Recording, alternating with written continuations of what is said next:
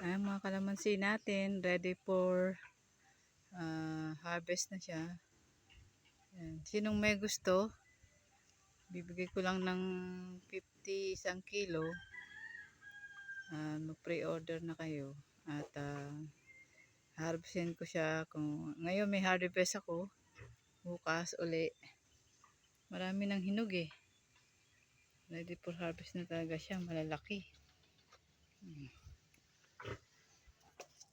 Guys, yung kalamansi ko siya.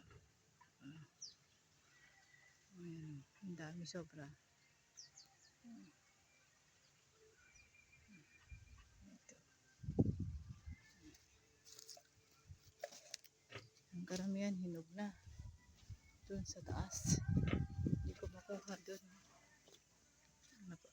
Dito pa lang ako sa baba. Naka-harvest na ako ng mga 10 kilo. Wala pa yung sa taas. No. Dami.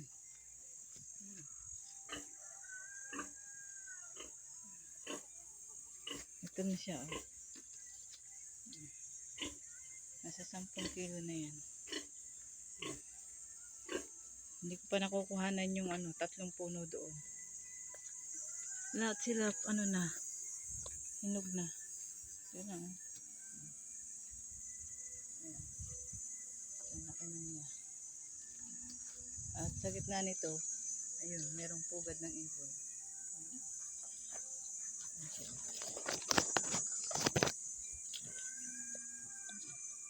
Ito rin, ang lalaki nito.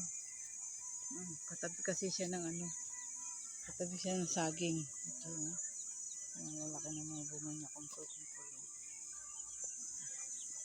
Ito siya, oh. Pagka tama yung napanood ko sa YouTube, pagkatabi ng saging ang kalamansi, hindi mo kailangan ng fertilizer kasi meron na siyang potash. Ayan. Ayan, potash niya. Tinan mo, ang kumpul nito, ang lalaki yan, sabay-sabay. Bali, halos 1 buwan lang ito mula nung pinalaki ko. Ayan. Malaki. Tapos, may potash na siya. Meron pa siyang fertilizer na tae ng manok. Sa ilalim nito, kulungan ko ng manok. Itong isa, kailangan ko na siyang harvestin kasi nagsisimula na yung tusok ko. Kasi yung mga bunga ng mga mangga na harvest na. So, wala nang mapupuntahan ng mga tusok ngayon. Yung tinatawag na fruit fly. Pupunta na sila ngayon dito sa kalamansi. Kaya kailangan ko na talagang harvestin to. Bargain na lang, 51 kilo. Sa palengke, 21 po ang kalamansi. Ipapatak ng 80. Kaya bibenta ko na lang siya ng 51 kilo. Pre-order na po kayo.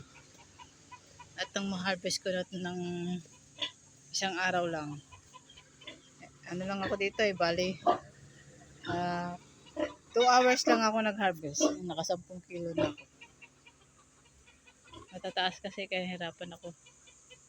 Tungtong ako dito sa upuan na ito. At ito naman yung aking babsi. Ayan siya. Good morning, baboy. Ayan. Bawat puno ng kalamansi halos merong mga manok. Ito, meron pang isang manok dito. Ewan ko kung kita nyo yan. Ayan siya.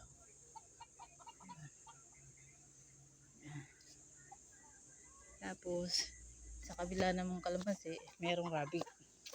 Ito.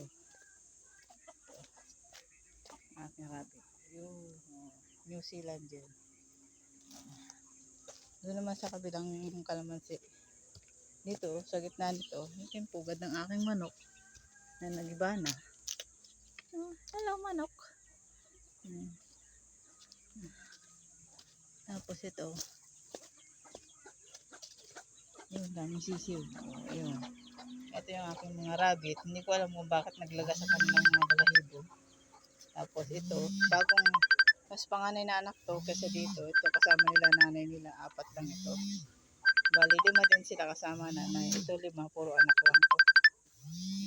Meron akong nagmana sa tatay, gray, may puti, hindi ko alam saan ang galing. Ito merong puti, pero walang gray, itim naman ang nagkaroon dito. Ito, bumabalik na yung black niyang balahibo.